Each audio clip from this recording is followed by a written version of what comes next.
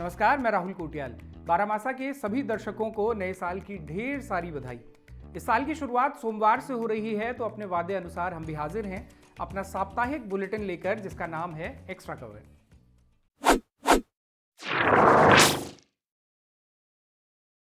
बीता साल जाते जाते जिन लोगों पर मेहरबान हुआ, उनमें प्रदेश के दायित्वधारी सबसे ऊपर रहे। सरकार ने बीते दिनों 11 भाजपा नेताओं को दायित्व के बोझ से लादा था। अब उनके दायित्व की असल लागत भी सामने आ गई है। मंत्रिपरिषद अनुभाग से 25 दिसंबर को जारी शासनादेश में सामने आया कि इन दायित्वधारियों को हर महीने 45,000 का मानदेय, 80,000 रुपये टैक्सी भाड़ा और 25,000 रुपये का आवास भत्ता मिलेगा। देश भर में महंगे से महंगा मोबाइल रिचार्ज प्लान भले ही 1,000 से कम में आ जाता है, लेकिन अपनी सरकार इन दायित्वधारियों को मोबाइल बिल के बदले 2,000 रुपये प्रति माह का भुगतान करेगी। इसके साथ ही उन्हें दायित्व का बोझ उठाने में मदद करने के लिए 15,000 रुपये का एक पर्सनल असिस्टेंट और 12,000 रुपये की दर से एक 4th क्लास कर्मचारी भी मिलेगा। उक्त महानुभाव दायित्व पूरा करने के लिए एक महीने में 2 बार हवाई यात्रा भी राजकोष की कीमत पर कर सकेंगे। साथ ही सरकारी गेस्ट हाउस और सर्किट हाउस की मुफ्त सेवा तो मिलेगी ही। इस तरह एक दायित्व की कीमत उत्तराखंड राज्य को हर महीने करीब 2 लाख रुपए तक पड़ रही है। गैर निर्वाचित माननीयों के ये ठाट बाट उस राज्य में है जहां किसी सरकारी विभाग में महज 10 से 12,000 की अस्थायी नौकरी के लिए लोग अपनी मानवीय गरिमा से समझौता करते हुए कुत्ता घुमाने और बर्तन मांजने का काम करने को मजबूर हो रहे हैं। मौजूदा सरकार में संवैधानिक आयोगों के अलावा दायित्वधारियों की संख्या करीब 2 दर्जन तक पहुंच चुकी है। वैसे देखा जाए तो ये संख्या अब भी कम ही है, क्योंकि सामान्य तौर पर कई सरकारों के कार्यकाल में दायित्वधारियों की ये संख्या 100 के पार तक जाती रही है। ये राजकाज का एनडी तिवारी मॉडल है, जिसकी मूल अवधारणा है कि सत्ता संचालन में कोई खलल न पड़े, इसके लिए अगल बगल वालों के हाथ में भी कुछ कुछ रेवड़ियां रख दी जाएं, ताकि उनसे वक्त बेवक्त जय जयकार के नारे लगवाए जा सकें। यूपी जैसे बड़े राज्य के मुख्यमंत्री और केंद्र में कई विभागों की जिम्मेदारी संभाल चुके स्वर्गीय एनडी तिवारी ने अपनी वृद्धावस्था में इस छोटे राज्य को सुरसा के मुंह की तरह फैलने वाला ये रोग लगाया, जो सरकार दर सरकार फिर बढ़ता ही गया। एनडी तिवारी ने अपनी पहली निर्वाचित सरकार में ही तब 200 से ज्यादा लोगों को राज्य मंत्री बनाकर लाल बत्ती से नवाज दिया था, जो अन्यथा मोहल्ले के भंडारों में पूड़ी बांटने लायक भी नहीं समझे जाते थे। इनमें से कुछ तो राज्य के बाहर से ताल्लुक रखते थे, जबकि कुछ राज्य मंत्री रहते हुए भी हवालात की सैर करते पाए गए थे। एनडी तिवारी की इसी शैली पर तब हमारे समय के सर्वाधिक लोकप्रिय लोक गायक नरेंद्र सिंह नेगी ने चर्चित गीत नौछमी नारायण में तीखा व्यंग भी किया था। एनडी तिवारी तो अब परलोकवासी हो गए हैं, लेकिन राजकाज की उनकी ये विरासत उत्तराखंड में खूब फल फूल रही है। तो बोलिए नारायण नारायण। वैसे नारायण से ख्याल आया कि दिसंबर के अंतिम सप्ताह उत्तराखंड के बड़े शहरों से लेकर वीरान हो चुके गांवों तक राजनीतिक तरीके से धार्मिक गतिविधियां तेज होती नजर आई। अयोध्या में राम मंदिर उद्घाटन से पहले गत सप्ताह राज्य भर में जोर शोर से राम मंदिर पूजित अक्षत कलश यात्राओं का आयोजन किया गया। इनमें नगर नगर डगर डगर भारी भीड़ उमड़ी। इन कलश यात्राओं का आयोजन भाजपा के निर्वाचित जनप्रतिनिधियों के साथ ही पार्टी पदाधिकारियों की देखरेख में किया गया। सामान्य तौर पर पौष के इस महीने में उत्तराखंड में शुभ कार्य वर्जित होते हैं, लेकिन देश में चुनाव नजदीक हैं तो कुछ भी हो सकता है। अपने मोदी जी का तो नाम ही मुमकिन है। इसके बाद अब जनवरी पहले हफ्ते से आरएसएस यानी राष्ट्रीय स्वयंसेवक संघ के कार्यकर्ता राम मंदिर निमंत्रण देने घर घर आने वाले हैं। इस तरह 22 जनवरी को मंदिर में प्राण प्रतिष्ठा तक शक्तिपीठों और भगवान भोलेनाथ की ये धरती पूरी तरह राममय होती नजर आएगी। इसका प्रतिफल लोकसभा चुनावों में नजर आना तय है। फिलहाल तो मुख्य विपक्षी दल कांग्रेस को राम मंदिर प्राण प्रतिष्ठा समारोह में शामिल होना है या नहीं, ये मुश्किल फैसला लेना है, जिसमें हेड और टेल दोनों तरफ भाजपा का कमल चस्पा है। वैसे भी 5 सांसदों वाले इस छोटे राज्य का सियासी मिजाज राष्ट्रीय स्तर पर चलने वाली हवा के साथ कदम ताल करने का रहा है। इस कारण कांग्रेस का धर्म संकट समझा जा सकता है। लेकिन कांग्रेस का धर्म संकट सिर्फ अयोध्या तक ही सीमित नहीं है, बल्कि उत्तराखंड में जोर पकड़ता भू कानून और मूल निवास का सवाल भी कांग्रेस को मुश्किल में डाल रहा है। 24 दिसंबर को देहरादून में हुई महारैली के बाद मूल निवास और भू कानून के सवाल पर कांग्रेस में असमंजस बढ़ता जा रहा है। पहाड़ से ताल्लुक रखने वाले पार्टी के कुछ नेता खुलकर इस मांग का समर्थन कर रहे हैं और इनमें से कई तो महारैली में शामिल भी हुए, लेकिन तराई के कुछ नेता इसके विरोध में भी उतर आए हैं। अमर उजाला के उधम सिंह नगर संस्करण में 27 दिसंबर के अंक में छपे रुद्रपुर के कांग्रेस विधायक तिलकराज बेहड़ के बयान से ये साफ होता है। बेहड़ ने 15 साल में मिलने वाले स्थायी निवास और भू कानून में बदलाव के खिलाफ राय दी है। बेहड़ ने मूल निवास की कट ऑफ डेट 1950 तय किए जाने का भी विरोध किया है। उन्होंने अपनी मांग के समर्थन में देहरादून और हरिद्वार के विधायकों को भी आगे आने को कहा है। इसी क्रम में दैनिक हिंदुस्तान में 29 दिसंबर को हरिद्वार डेटलाइन से प्रकाशित समाचार के अनुसार इस मांग के विरोध में हरिद्वार में मैदानी महासभा का भी गठन किया जा चुका है। इसका नेतृत्व कांग्रेस के पूर्व नेता एसपी सिंह कर रहे हैं।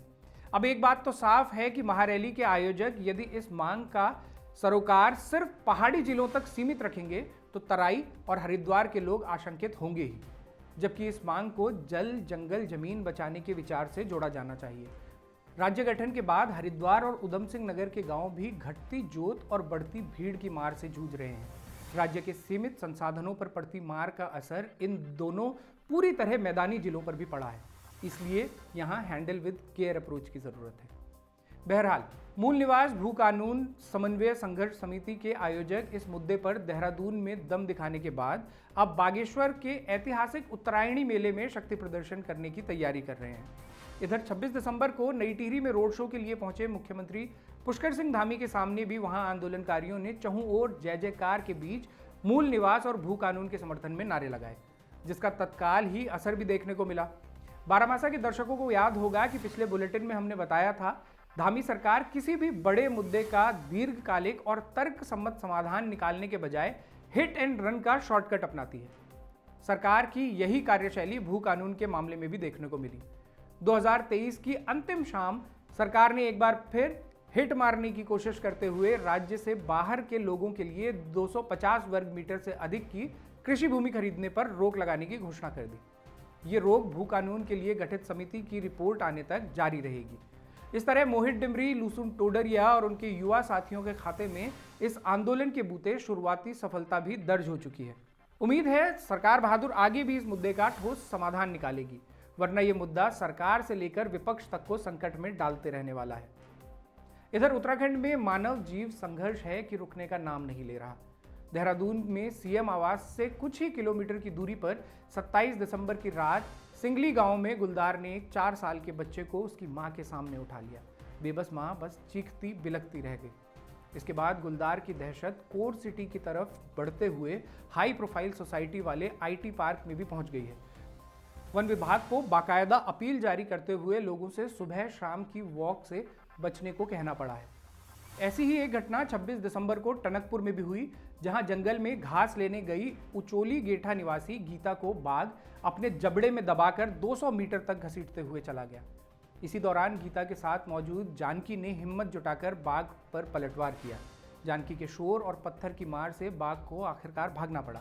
गीता का अस्पताल में इलाज चल ही रहा था कि सहकारिता विभाग ने लंबा चौड़ा बयान जारी करते हुए बताया कि मुख्यमंत्री घसियारी कल्याण योजना के तहत 10,000 महिला लाभार्थियों को लाभान्वित किया जा चुका है। इनमें घसियारी गीता भी शामिल हैं या नहीं, इसका पता नहीं चल पाया। भीमताल में हुई एक ऐसी ही घटना के बाद जब स्थानीय विधायक राम सिंह कैड़ा ने लोगों की शिकायत संबंधित मंत्री तक पहुंचाने के लिए फोन किया, तो मंत्री जी ने जो कुछ कहा वो बस बीप बीप बीप बनकर रह गया। हालांकि नेताओं के पास सुविधा है कि वो आंख के काजल को भी झक सफेद करार दे सकते हैं, तो वायरल वीडियो बस ऑफ द रिकॉर्ड होकर रह गया। निरंतर चलते मानव जीव संघर्ष से दूर मुख्यमंत्री पुष्कर सिंह धामी इस हफ्ते पूरी तरह भक्तिभाव में तल्लीन नजर आए। धामी साहब ने बीते हफ्ते की शुरुआत सोमवार को हरिद्वार में संतों के दर्शन लाभ से की और इसी दिन उन्होंने काशीपुर पहुंच चामुंडा देवी मंदिर में भी पूजा अर्चना की। अगले दिन यानी मंगलवार को धामी जी टिहरी पहुंचे तो वहां भी वे स्थानीय गुरुद्वारे में मत्था टेकना नहीं भूले। बुधवार को फिर खटीमा में भारामल मंदिर में पूजा अर्चना करते हुए नजर आए और शुक्रवार को नई दिल्ली के विनोद नगर में आयोजित श्रीमद् भागवत महापुराण ज्ञान यज्ञ में रामकथा सुनने के लिए समय निकाल पाए। रामकथा से फारिग होकर सीएम साहब 2 दिवसीय प्रवास पर मथुरा वृंदावन पहुंचे, जहां उन्होंने प्रमुख मंदिरों का दर्शन कर राज्य के लोगों की खुशहाली की कामना की। फिर रविवार को झाझरा देहरादून में बालाजी धाम के दर्शन कर उन्होंने पुण्य कमाया। इससे अंदाजा लगाया जा सकता है कि अयोध्या धाम में राम मंदिर का उद्घाटन भले ही 2024 में हो रहा है, उत्तराखंड लेकिन पहले से ही राम भरोसे है। तो बोलो सियापति रामचंद्र की जय। इधर पूरा उत्तराखंड न्यू ईयर सेलिब्रेशन के लिए इस समय पर्यटकों से पैक है। सैलानी अब मसूरी, नैनीताल या सिर्फ लैंसडाउन तक सीमित नहीं हैं, बल्कि दुर्गम से दुर्गम स्थानों तक पहुंच रहे हैं। दैनिक हिंदुस्तान में 30 दिसंबर को मोरी डेटलाइन से प्रकाशित खबर के अनुसार न्यू ईयर पर केदारकांठा ट्रैक के लिए करीब 5000 पर्यटक पहुंच गए, जबकि गोविंद वन्य जीव विहार के इस क्षेत्र में प्रतिदिन सिर्फ 150 लोगों को ही ट्रैक करने की अनुमति है। इस कारण पार्क प्रशासन ने जब इस हुजूम को रोका तो सांकरी में घंटों जाम की स्थिति पैदा हो गई। पर्यटकों और तीर्थयात्रियों के मायूस होने की ऐसी खबरें अब हर सीजन में आने लगी हैं। साफ है कि देहरादून, नैनीताल क्या अब केदारकांठा और गौरसों बुग्याल तक अपनी धारण क्षमता को पूरा कर चुके हैं।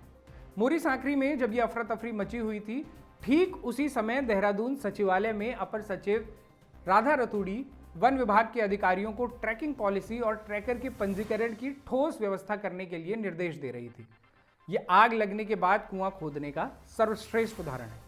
तो ये था इस हफ्ते का एक्स्ट्रा कवर। एक नए बुलेटिन के साथ अगले हफ्ते फिर मिलेंगे। आपको ये कार्यक्रम कैसा लग रहा है, अपनी प्रतिक्रिया हम तक जरूर पहुंचाएं। नए साल की आप सभी को पुनः बधाई। ये साल आपके जीवन में 12 मासा खुशियां लेकर आए।